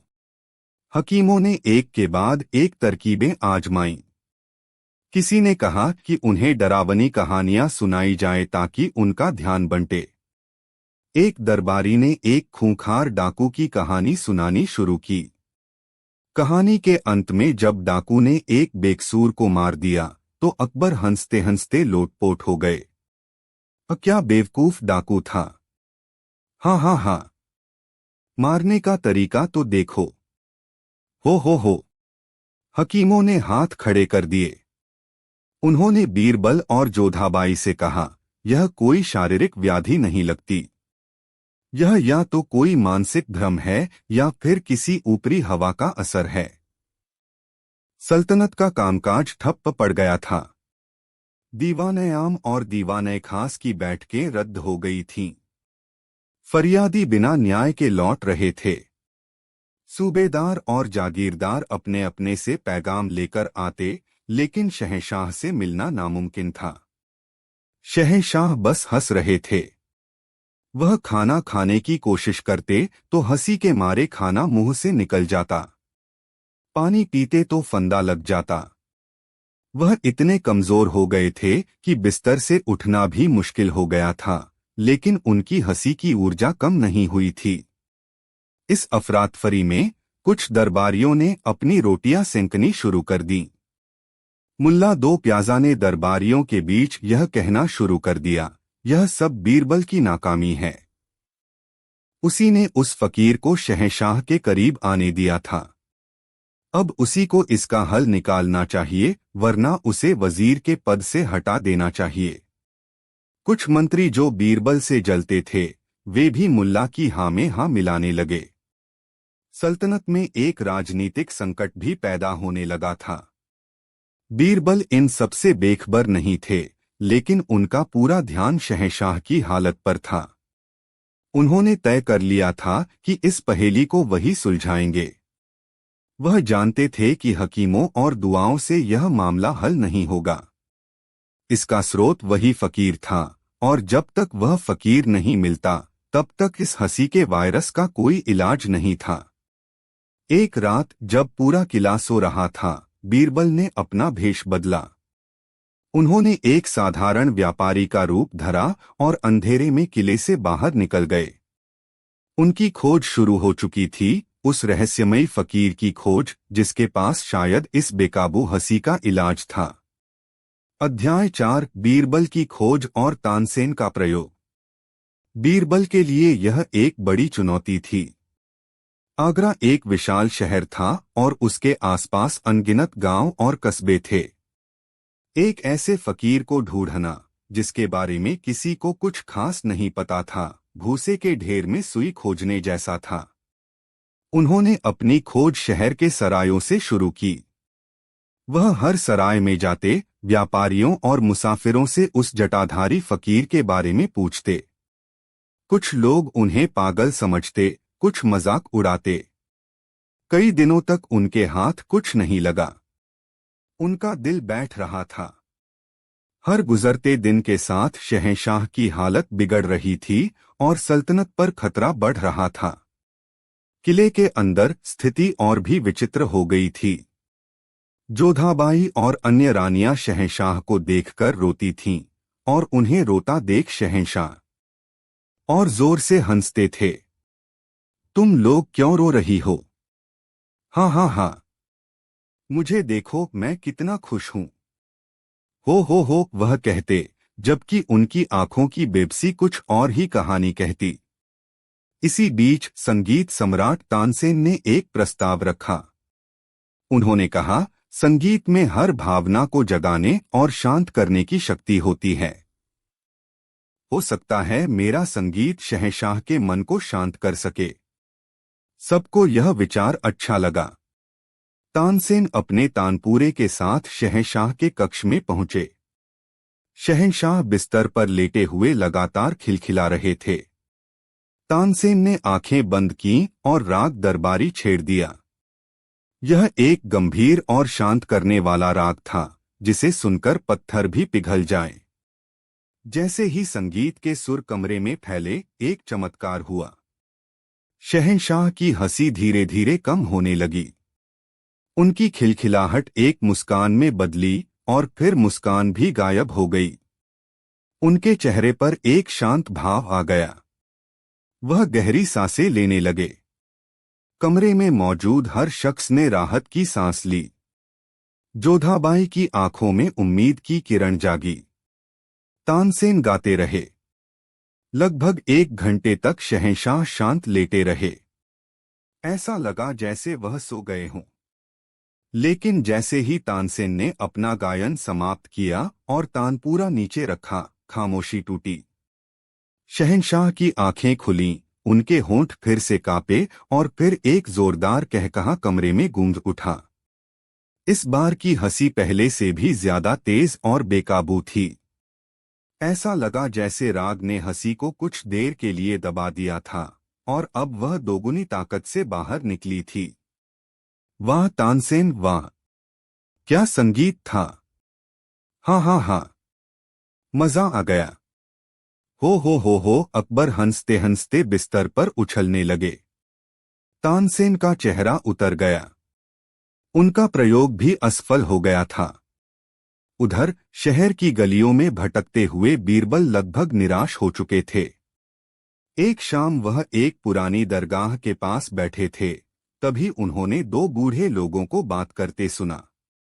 एक कह रहा था, अरे तुमने सुना, शहर में कोई हंसने वाली बीमारी फैली है। दूसरा बोला, हाँ सुना है। यह जरूर उसी पहाड़ी वाले बाबा का काम होगा। वह ऐसी ही अजीब जड़ी बूटियां बनाता रहता है। पिछले महीने उसने एक आदमी को रोना वाली बूटी दे दी थी, बेचारा 3 दिन तक रोता ही रहा। बीरबल के कान खड़े हो गए। वह तुरंत उन बूढ़ों के पास पहुंचे। माफ करना, आप किस पहाड़ी वाले बाबा की बात कर रहे हैं? बूढ़े ने शक की निगाह से बीरबल को देखा, लेकिन फिर बताया, शहर के बाहर जो सूखी नदी है, उसके पार एक छोटी सी पहाड़ी है। वहीं एक गुफा में एक सनकी फकीर रहता है। लोग उसे जड़ी बूटी बाबा कहते हैं। बीरबल की आंखों में चमक आ गई। उन्हें अपनी मंजिल मिल गई थी। उन्होंने उन बूढ़ों का शुक्रिया अदा किया और तुरंत उस पहाड़ी की ओर चल पड़े। रात का अंधेरा घिर रहा था, लेकिन बीरबल के कदमों में एक नई ऊर्जा थी। उन्हें उम्मीद थी कि इस हंसी के वायरस का एंटीवायरस अब बस कुछ ही दूर है। अध्याय 5, फकीर की गुफा और रहस्य का खुलासा। पहाड़ी का रास्ता पथरीला और सुनसान था। चांदनी रात में बीरबल को अपना रास्ता खोजने में ज्यादा मुश्किल नहीं हुई। कुछ देर चलने के बाद उन्हें एक गुफा दिखाई दी, जिसके बाहर एक छोटा सा दिया टिमटिमा रहा था। गुफा के आसपास तरह तरह की जड़ी बूटियां और पौधे लगे हुए थे, जिनकी महक हवा में फैली हुई थी। बीरबल ने धीरे से अंदर झांका। वही जटाधारी फकीर एक आग के सामने बैठा ध्यान में लीन था। उसके चारों ओर कई तरह की शीशियां, बर्तन और सूखी जड़ी बूटियां पड़ी थीं। बीरबल ने खासकर उसका ध्यान अपनी ओर खींचा। फकीर ने आंखें खोलीं। उसकी आंखों में वही पुरानी चमक थी, लेकिन इस बार कोई आश्चर्य नहीं था। जैसे उसे बीरबल के आने का अंदाजा पहले से ही था। आओ वजीर आज़म, फकीर ने शांत स्वर में कहा। मुझे पता था तुम आओगे। बीरबल हैरान रह गए कि फकीर ने उन्हें उनके भेष में भी पहचान लिया। उन्होंने अपना बनावटी भेष उतार दिया और फकीर के सामने बैठ गए। आप जानते हैं मैं क्यों आया हूं? बीरबल ने सीधे मुद्दे पर आते हुए कहा। शहंशाह की हालत बहुत खराब है। आपकी दी हुई बूटी ने उन्हें एक ऐसी बीमारी दे दी है जिसका कोई इलाज नहीं मिल रहा। फकीर के चेहरे पर चिंता की लकीरें उभर आईं। मैंने ऐसा कभी नहीं चाहा था। अर्कए खखा खुशी देने के लिए बनाया गया था, पीड़ा देने के लिए नहीं। तो फिर ऐसा क्यों हुआ? बीरबल ने पूछा। उस अर्क में ऐसा क्या है? फकीर ने गहरी सांस ली और समझाना शुरू किया। यह अर्क हिमालय में मिलने वाले एक दुर्लभ फूल आनंद पुष्प से बनता है। यह फूल इंसान के दिमाग के उस हिस्से को सक्रिय कर देता है जो खुशी महसूस करता है। यह सारी चिंताओं और तनाव के दरवाजे बंद कर देता है और सिर्फ आनंद की नदी बहने लगती है। मैंने सोचा था कि शहंशाह, जो हमेशा सल्तनत के बोझ तले दबे रहते हैं, उन्हें इससे कुछ पल की राहत मिलेगी। लेकिन यह राहत अब एक सजा बन गई है, बीरबल ने कहा। उनकी हंसी रुक ही नहीं रही। फकीर ने सिर झुका लिया। मुझसे गलती हो गई। मैंने मात्रा का सही अंदाजा नहीं लगाया। एक आम इंसान के लिए एक बूंद काफी होती है, लेकिन शहंशाह का मन और मस्तिष्क एक आम इंसान से कहीं ज्यादा शक्तिशाली और जटिल है। उनके मन में सल्तनत का इतना तनाव और चिंताएं दबी हुई थीं कि जब आनंद पुष्प ने उन सब पर ताला लगाया तो दबी हुई ऊर्जा एक विस्फोट के रूप में बाहर निकली। यह हंसी उसी ऊर्जा का विस्फोट है जो अब रुक नहीं पा रही है। बीरबल ने पूछा, तो इसका इलाज क्या है? क्या आपके पास कोई दूसरी जड़ी बूटी है जो इसका असर खत्म कर सके? फकीर ने दुहक से सिर हिलाया। नहीं वजीर, इसका इलाज किसी जड़ी बूटी में नहीं है। आनंद पुष्प का असर किसी दवा से खत्म नहीं किया जा सकता।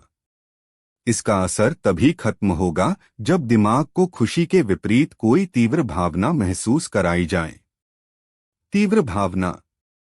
जैसे कि? बीरबल ने उत्सुकता से पूछा। जैसे कि गहरा दुहक, तीव्र पीड़ा या सच्ची सहानुभूति, फकीर ने समझाया। जब शहंशाह के मन में किसी और के दुहक के लिए सच्ची करुणा जागेगी, जब उनकी आंखों से खुशी के आंसुओं की जगह किसी और के गम में एक सच्चा आंसू निकलेगा, तभी आनंद पुष्प का कृत्रिम सुख टूटेगा और उनका मन वापस अपनी असल अवस्था में लौट आएगा। बीरबल कुछ देर सोचते रहे। यह एक बहुत ही अजीब और मुश्किल इलाज था। एक ऐसे इंसान को रुलाना जो हर बात पर हंस रहा हो, लगभग नामुमकिन था। मैं आपके साथ किले चलूंगा, फकीर ने कहा। मैंने यह समस्या पैदा की है, मैं इसे सुलझाने में आपकी मदद करूंगा। बीरबल को अब एक रास्ता नजर आ रहा था। यह रास्ता दवाओं और हकीमों का नहीं, बल्कि बुद्धि और भावनाओं का था। उन्होंने फकीर को अपने साथ लिया और वापस आगरा के किले की ओर चल पड़े।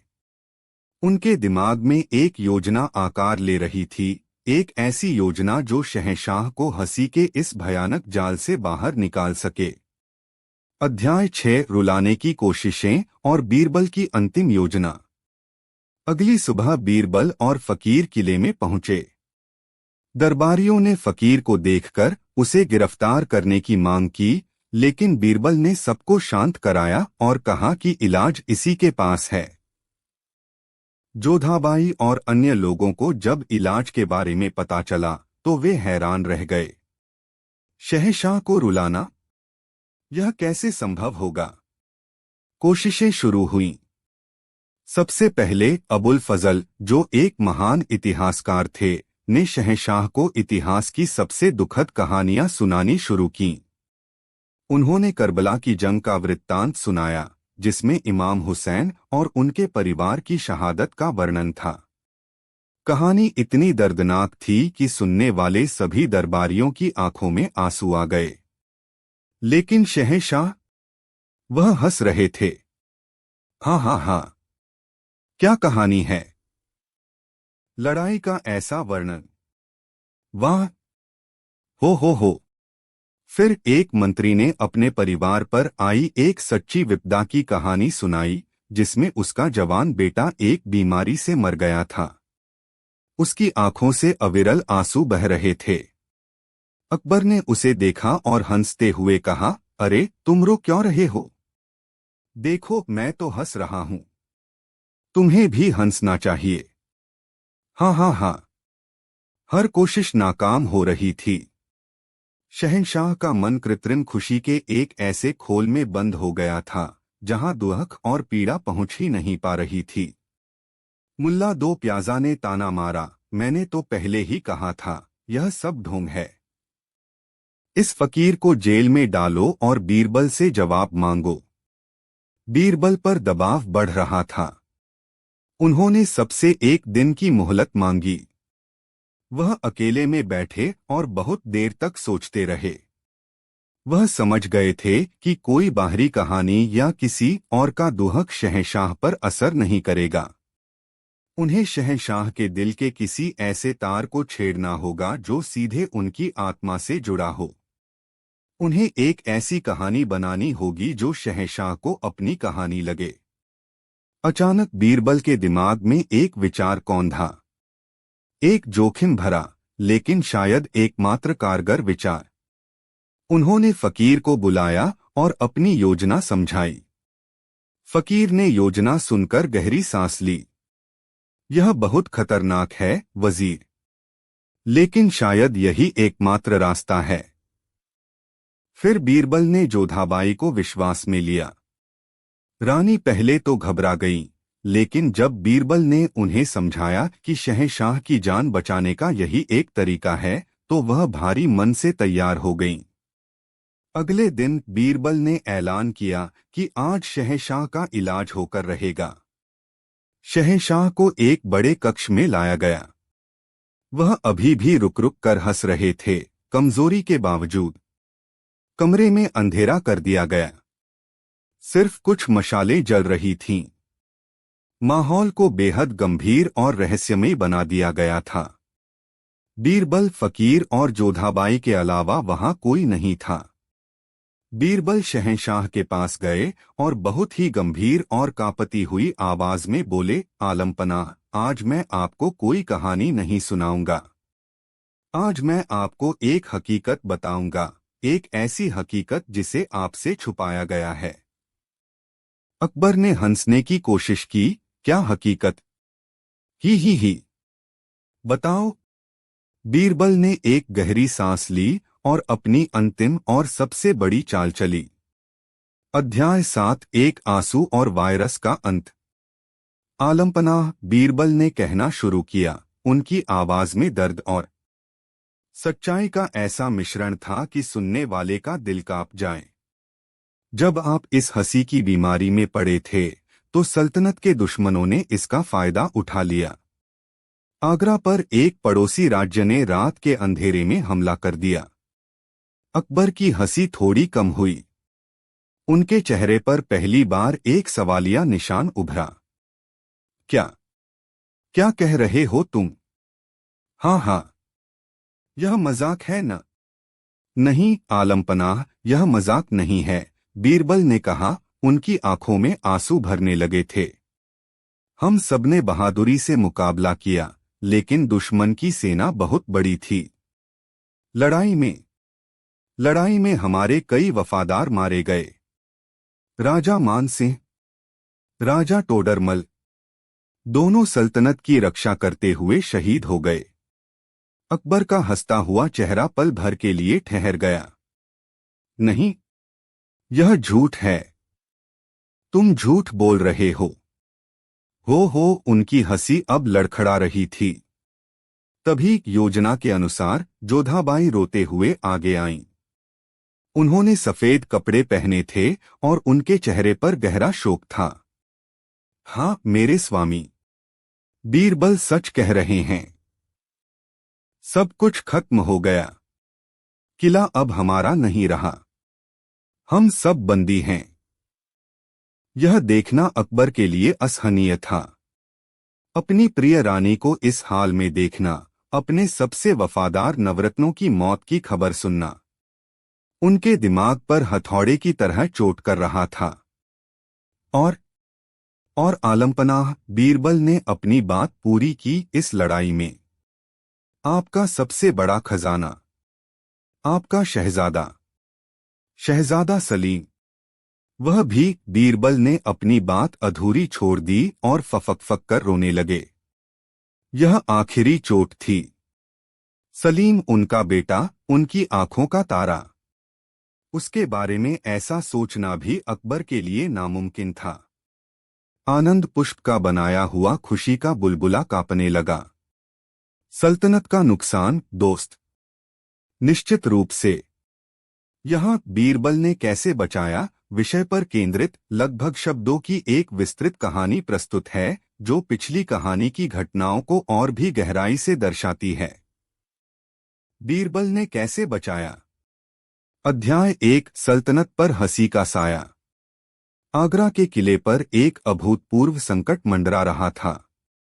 यह संकट न तो किसी बाहरी आक्रमण का था, न ही किसी आंतरिक विद्रोह का। यह संकट अदृश्य था और इसकी राजधानी शहंशाह जलालुद्दीन मोहम्मद अकबर का अपना कक्ष था। हिंदुस्तान का सबसे शक्तिशाली शासक एक अजीब और भयानक बीमारी की चपेट में था, एक ऐसी बीमारी जो उसे लगातार हंसा रही थी। दीवाने आम और दीवाने खास के गलियारे सूने पड़े थे। जहां कभी न्याय की गुहार और सल्तनत की नीतियों पर गंभीर चर्चाएं गूंजती थीं, वहां अब एक खौफनाक खामोशी छाई हुई थी। इस खामोशी को कभी कभार शहंशाह के ख्वाबगाह से आती बेकाबू हंसी की लहरें चीर देती थीं। यह हंसी खुशी की नहीं, बल्कि एक यंत्रणा की प्रतिध्वनि थी। सल्तनत का प्रशासनिक ढांचा चरमरा गया था। राजा टोडरमल की लगान व्यवस्था पर फाइलें धूल फांक रही थीं, क्योंकि उन पर शहंशाह के दस्तखत के लिए कोई नहीं जा सकता था। राजा मान सिंह बंगाल के मोर्चे से जरूरी संदेश लेकर आए थे, लेकिन उनकी रिपोर्ट सुनने वाला कोई नहीं था। फरियादी मीलों का सफर तय करके आगरा आते और निराश होकर लौट जाते। शहंशाह, जो अपनी प्रजा के लिए पिता समान थे, अब अपनी ही एक विचित्र दुनिया में कैद थे। शहंशाह की हालत दिन-ब-दिन बिगड़ती जा रही थी। हंसते हंसते उनका शरीर थक चुका था। खाना गले से नीचे नहीं उतरता था, पानी पीते तो फंदा लग जाता। उनकी आंखों के नीचे गहरे काले घेरे पड़ गए थे, चेहरा पीला पड़ चुका था, लेकिन उनके होठों पर वह भयावह हंसी जमी हुई थी। शाही हकीमों की पूरी फौज अपनी पूरी काबिलियत झोंक चुकी थी। हकीम अली गिलानी, जिन्हें चिकित्सा का इमाम माना जाता था, ने हर तरह की जड़ी बूटी, हर तरह का काढ़ा और हर तरह का लेप आजमा लिया था, लेकिन हर इलाज का असर उल्टा हो रहा था। शांत करने वाली दवाइयां शहंशाह की हंसी को और तीव्र कर देती थीं। रानी जोधाबाई और अन्य बेगमें दिन-रात उनकी सेवा में लगी थीं। वे रोती थीं, दुआएं करती थीं, लेकिन उनकी आंखों के आंसू शहंशाह के कहकहों की आग में भाप बनकर उड़ जाते थे। क्यों रोती हो मलिकाए हिंदुस्तान, वह हंसते हुए कहते, देखो मैं कितना खुश हूं। हाँ हाँ हाँ, और उनकी इन बातों को सुनकर रानियों का कलेजा फट जाता। दरबार में, जहां शहंशाह की अनुपस्थिति ने एक शून्य पैदा कर दिया था, वहां साजिशों और गुटबाजियों ने सिर उठाना शुरू कर दिया था। मुल्ला दो प्याजा, जो हमेशा से बीरबल की लोकप्रियता से जलते थे, इस मौके को अपने लिए एक अवसर के रूप में देख रहे थे। वह दरबारियों के बीच कानाफूसी करते, यह सब वज़ीर-ए-आज़म बीरबल की वजह से हुआ है। वही उस मनहूस फकीर को शहंशाह के सामने लाए थे। अब जब सल्तनत पर मुसीबत आई है, तो बीरबल साहब कहीं नजर नहीं आ रहे। ऐसे वजीर का क्या फायदा जो संकट के समय कोई हल न निकाल सके।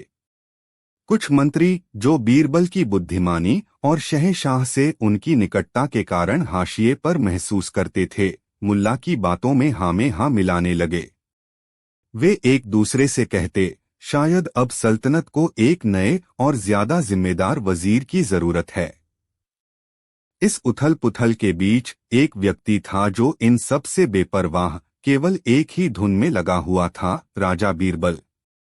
वह जानते थे कि हकीमों की दवाएं, मौलवियों की दुआएं और तानसेन का संगीत सब विफल हो चुका है। वह यह भी जानते थे कि दरबार की राजनीति उनके खिलाफ हो रही है, लेकिन उन्हें इन सब की परवाह नहीं थी। उनके लिए सबसे बड़ी चिंता शहंशाह की जान और सल्तनत की स्थिरता थी। उन्होंने अपने कक्ष में बैठकर घंटों सोचा। समस्या की जड़ वह रहस्यमयी फकीर और उसकी दी हुई अरकै खखा की शीशी थी। बीरबल समझ चुके थे कि इस ताले की चाबी उसी फकीर के पास मिलेगी। एक रात जब पूरा किला चिंता और अनिश्चितता की नींद सो रहा था, बीरबल ने एक दृढ़ निश्चय किया। उन्होंने अपने सबसे वफादार सेवक को बुलाया और कहा, मैं कुछ दिनों के लिए किले से बाहर जा रहा हूं। किसी को पता नहीं चलना चाहिए। अगर कोई पूछे तो कह देना कि मैं शहंशाह के इलाज के लिए किसी गुप्त ग्रंथ का अध्ययन कर रहा हूं। उसी रात बीरबल ने एक साधारण सौदागर का भेष बनाया, अपनी पहचान को कपड़ों की परतों के नीचे छिपाया और चुपके से किले के एक गुप्त दरवाजे से बाहर निकल गए। आगरा की अंधेरी गलियों में वह एक साये की तरह गुम हो गए। उनके कंधों पर सिर्फ अपने दोस्त और शहंशाह को बचाने का बोझ नहीं था, बल्कि पूरी मुगल सल्तनत के भविष्य का दारोमदार था। उनकी यह यात्रा केवल एक फकीर की खोज नहीं थी, यह हंसी के उस भयानक वायरस का एंटीवायरस ढूंढने की एक मुहिम थी। यह बीरबल के इम्तिहान की घड़ी थी और उन्हें हर हाल में इसे पास करना था। अध्याय 2, बीरबल की तन्हाई और तहकीकात। आगरा शहर रात की चादर ओढ़े सो रहा था, लेकिन बीरबल की आंखों में नींद नहीं थी। एक साधारण व्यापारी के भेष में वह उन गलियों से गुजर रहे थे जिनसे वह अक्सर शाही पालकी में गुजरते थे। आज उन्हें कोई नहीं पहचान रहा था। वह अब वज़ीर-ए-आज़म नहीं, बल्कि एक आम इंसान थे जो एक गुमनाम चेहरे की तलाश में था। उनकी पहली रात सरायों और मुसाफिर खानों की खाक छानते हुए गुजरी। वह हर सराय के मैनेजर से, हर मुसाफिर से एक ही सवाल पूछते, क्या आपने एक लंबे जटाधारी फकीर को देखा है, जिसकी आंखों में एक अजीब सी चमक हो और जो जड़ी बूटियों की बात करता हो? ज्यादातर लोग उन्हें संदेह की दृष्टि से देखते। कुछ सोचते कि यह कोई जासूस है, कुछ उनका मजाक उड़ाते। बाबा, इस शहर में हजारों फकीर आते जाते हैं, तुम किस किस को ढूंढोगे? एक सराय के मालिक ने बेरुखी से जवाब दिया। दिन गुजरते जा रहे थे। बीरबल सुबह से शाम तक भटकते। वह बाजारों में जाते, मंदिरों और मस्जिदों के बाहर बैठते, यह उम्मीद करते हुए कि शायद कहीं उस फकीर की कोई झलक मिल जाए। हर शाम वह निराश होकर अपने गुप्त ठिकाने पर लौटते। किले से आने वाली खबरें अच्छी नहीं थीं। शहंशाह की हालत स्थिर लेकिन गंभीर बनी हुई थी। बीरबल का दिल हर पल भारी होता जा रहा था। उन्हें खुद पर शक होने लगा था। क्या मैं सही रास्ते पर हूं, या मैं सिर्फ अंधेरे में तीर चला रहा हूं? कहीं ऐसा न हो कि मैं यहां फकीर को ढूंढता रहूं और वहां किले में सब कुछ खत्म हो जाए। इस मानसिक द्वंद्व के बीच उन्हें अपने प्रतिद्वंद्वियों का भी ख्याल आता। वह जानते थे कि मुल्ला दो प्याजा और उनके साथी उनकी अनुपस्थिति का पूरा फायदा उठा रहे होंगे। वे उन्हें एक भगोड़ा और नाकारा वजीर साबित करने में कोई कसर नहीं छोड़ेंगे। लेकिन फिर वह अपने मन को समझाते, पद और प्रतिष्ठा का क्या है, वह तो आते जाते रहते हैं। अगर मैं अपने दोस्त और अपने शहंशाह को ही न बचा सका तो ऐसी वजारत किस काम की। उनकी खोज का चौथा दिन था। वह लगभग उम्मीद खो चुके थे। उस दिन वह शहर के बाहरी इलाके में स्थित निजामुद्दीन औलिया की दरगाह पर जा बैठे। वह थक चुके थे, तन से भी और मन से भी। वह बस खामोशी से आते जाते लोगों को देख रहे थे। तभी उनके कानों में दो भिखारियों की बातचीत पड़ी। एक बूढ़ा भिखारी दूसरे से कह रहा था, सुना है बादशाह को हंसने की बीमारी लग गई है। दूसरा, जो कम उम्र का था, बोला, हाम बढ़ने लगी। अंत में उन्हें चट्टानों के बीच छिपी एक गुफा का मुंह दिखाई दिया, जिसके बाहर एक छोटा सा दीपक टिमटिमा रहा था, मानो किसी का मार्गदर्शन कर रहा हो। बीरबल ने सावधानी से गुफा के अंदर झांका। दृश्य ठीक वैसा ही था जैसा उन्होंने कल्पना की थी। वही लंबा जटाधारी फकीर एक धीमी आग के सामने पद्मासन में बैठा था। उसके चारों ओर मिट्टी के बर्तन, क्रिस्टल की शीशियां, सूखी हुई जड़ें और पत्तों के ढेर लगे हुए थे। गुफा एक प्रयोगशाला जैसी लग रही थी। बीरबल ने धीरे से खांसकर अपनी उपस्थिति का संकेत दिया। फकीर ने धीरे धीरे अपनी आंखें खोलीं। उसकी आंखों में वही अलौकिक चमक थी, लेकिन इस बार उनमें कोई आश्चर्य नहीं था। उसने बीरबल को ऐसे देखा जैसे वह उनके आने का ही इंतजार कर रहा हो। अंदर आ जाओ, हिंदुस्तान के वजीर, फकीर की गहरी आवाज गुफा में गूंजी। बीरबल इस बात से चकित थे कि फकीर ने उन्हें उनके बदले हुए भेष में भी तुरंत पहचान लिया। उन्होंने अंदर जाकर अपना व्यापारी वाला बाना उतार दिया और फकीर के सामने जमीन पर बैठ गए। आप जानते हैं कि मैं यहाँ क्यों हूँ? बीरबल ने बिना किसी भूमिका के कहा। शहंशाह अकबर आपकी दी हुई भेंट के कारण मृत्युशया पर हैं। आपकी अर्क हखा उनके लिए एक अभिशाप बन गई है। फकीर के चेहरे पर गहरी पीड़ा और पश्चाताप के भाव उभरे। उसने अपना सिर झुका लिया। मेरा इरादा नेक था, वजीर आज़म। मैंने कभी नहीं सोचा था कि मेरा उपहार ऐसी पीड़ा का कारण बनेगा। आनंद पुष्प का अर्क मैंने वर्षों की साधना के बाद तैयार किया था। इसका उद्देश्य मन को क्षणिक रूप से सांसारिक चिंताओं से मुक्त करना था, उसे कैद करना नहीं। लेकिन यह कैद ही बन गया है, बीरबल ने जोर देकर कहा। उनकी हंसी रुकने का नाम नहीं ले रही। वह तिल-तिल कर मर रहे हैं। आपको इसका इलाज बताना ही होगा। क्या आपके पास कोई ऐसी बूटी है जो इस अर्क के असर को खत्म कर सके? फकीर ने एक लंबी ठंडी सांस ली। काश यह इतना आसान होता, वजीर। आनंद पुष्प का असर किसी भौतिक वस्तु या दवा से खत्म नहीं किया जा सकता। यह शरीर की नहीं, मन की व्याधि है। इसने शहंशाह के मस्तिष्क के उन हिस्सों पर ताला लगा दिया है जो दुख, दर्द और चिंता को महसूस करते हैं।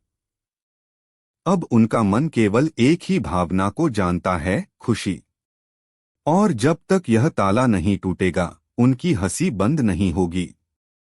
बीरबल ने अधीरता से पूछा, तो यह ताला टूटेगा कैसे?